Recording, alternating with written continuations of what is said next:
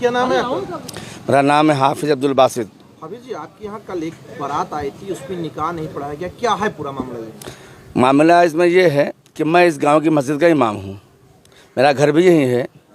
और इससे पहले उलमाए अहले सुन्नत वल जमात की मीटिंग हुई पूरे ऑल इंडिया, बल्कि बिलखुसूस अमेठी क्षेत्र में, अमेठी ज़िले में इस बात का मुत्तफ़क़ा तौर पर फैसला हुआ है कि जहाँ भी डीजे या गलत चीज़ें होंगी वहाँ पर निकाह नहीं पढ़ेंगे हम लोग।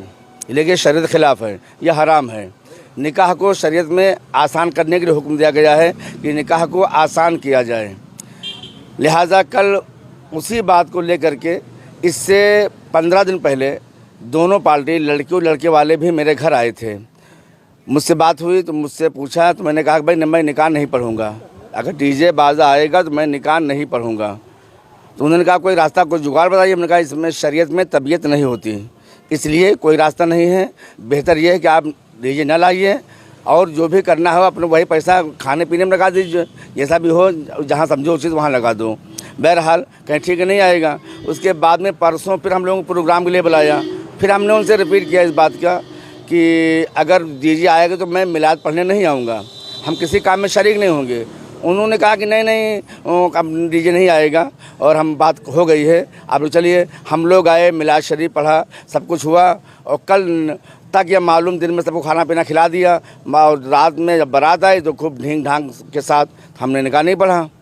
हम लोग ऐसे में देखा जाए तो आपके उलमा ने जो आदेश जारी किया उसमें किस तरीके से आदेश किया? बैंड को लेकर आदेश है कि नाच गाने को लेकर, या किसी भी नाच गाना बैंड सब मतलब गलत, जो भी चीज़ें वो गलत हैं।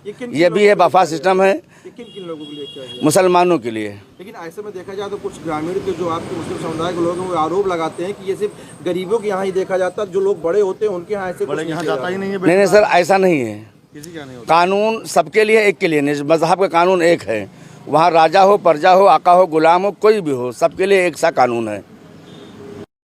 बहुत अच्छा काम किया इन्होंने, मैं खुश हूँ। और मैं समझता हूँ कि हर महल्ले और करिया के इमाम को ऐसे करने की ज़रूरत है। अगर ऐसा ना हुआ तो याद रखिए ये चीज़ सुधरने वाली नहीं है, ये कौम सुधरने वाली नहीं है। आप इनको कहते रहिएगा, ये समझने वाली कौम है ही नहीं। कितनी अजीब बात है। पहले तो इन्होंने बच्चों को बुलवा कर कुरान खानी की, कुरान पढ़वाने के बाद जाहिर सी बात है इमाम साहब का बयान भी हुआ होगा, नसीहतें भी की होंगी उन्होंने कि आप खुराफात से बचें, फजूल खर्ची ना करें, और दुआएं भी दी होंगी कि दोनों के दरमियान ताल्लुक़ कायम रहे, लोग एक दूसरे के साथ अच्छी ज़िंदगी गुजारे, ये भी दुआएं दी होंगी। और जाहिर सी बात है कि बहुत सी बातें भी हुई होंगी। बहुत अफसोस की बात है। फिर हम कहते हैं कि हम परेशान हैं, मुसलमान परेशान। आप दुआ कीजिए कि अल्लाह ताला परेशानियों से हमें हिफाजत फरमाए। जालिम कौम, जालिम बादशाह हम पर मुसल्लत है। ऐसे कैसे हो सकता है? जब अपने आप को आप नहीं सुधारेंगे तो ऐसे कैसे हो सकता है कि अल्लाह ताला हमें परेशानियों से निजात दे दे? हम खुद अपने आप को परेशानी में डालते हैं और फिर अल्लाह ताला के ऊपर डालते हैं कि अल्लाह ने हमें ऐसी मुसीबत दे दी। ज़रा सोचने की बात है। और हद तो उस वक्त होती है जब हम अपने ही इमाम को गाली देते हैं, उनको गालम गलोच करते हैं। जब वो सही बात हमको बताते हैं हम उन्हीं को धुतकार देते हैं।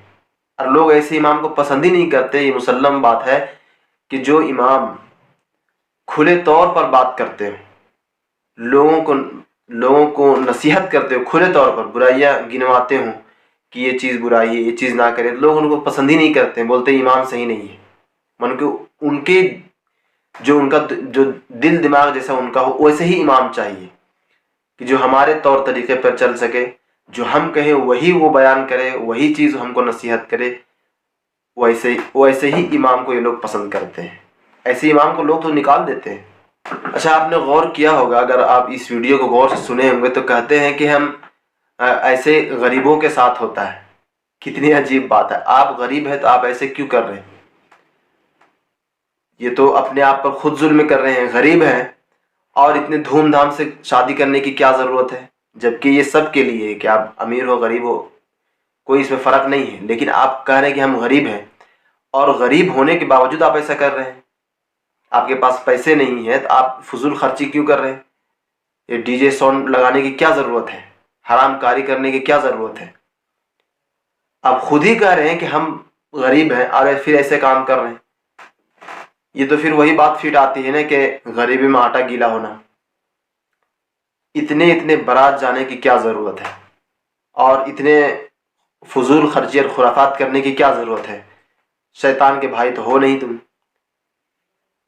تو یہ طریقہ بالکل غلط ہے. میں سمجھتا ہوں کہ یہ چیز جو وہاں کے محلے کے جو صدر ہیں ان کو بھی یہ قدم اٹھانے کی ضرورت ہے اور ان کو باضابطہ کھڑے ہو کر اعلان کرنے کی ضرورت ہے کہ یہ چیز نہیں ہونی چاہیے.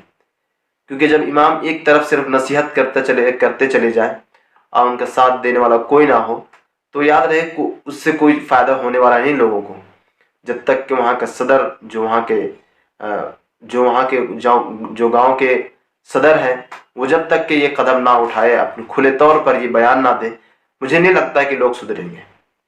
اور اتنی نصیحتوں کے بعد لوگ نہ سدھریں تو آپ ان سے کہیں کہ ایک بینر بنوائیے، یا آپ نہیں بنوا سکتے تو ہم بنوا دیتے ہیں، اس پہ لکھا رہے گا ان المبذرین کانوا اخوان الشیاطین. سب یہ آیت پڑھتے ہوئے جائیے اور خوب خرافات کیجیے تاکہ پتہ چل جائے کہ ہاں ہم کس کے بھائی ہیں.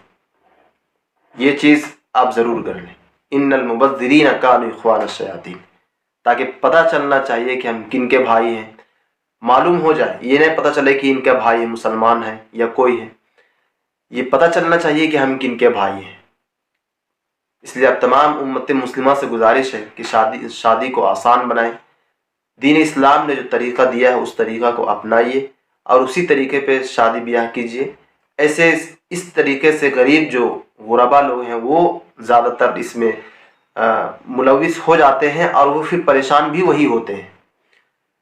اسی لیے گزارش ہے کہ جو قرآن حدیث اور جو سنت طریقہ ہے اس طریقے پہ شادی بیاہ کیجیے. دعا کرتے ہیں کہ اللہ تعالی ہم تمام مسلمانوں کو، امت مسلمہ کو سمجھنے کی توفیق دے اور صحیح راستے پہ ہم سب کو چلائیں. چینل پہ نئے ہیں تو سبسکرائب کر لیں. انشاءاللہ ہر نئے دن آپ کو قرآن حدیث کی باتیں سننے کو مل جائے گی. دوسروں تک ضرور شیئر کر دیں. السلام علیکم.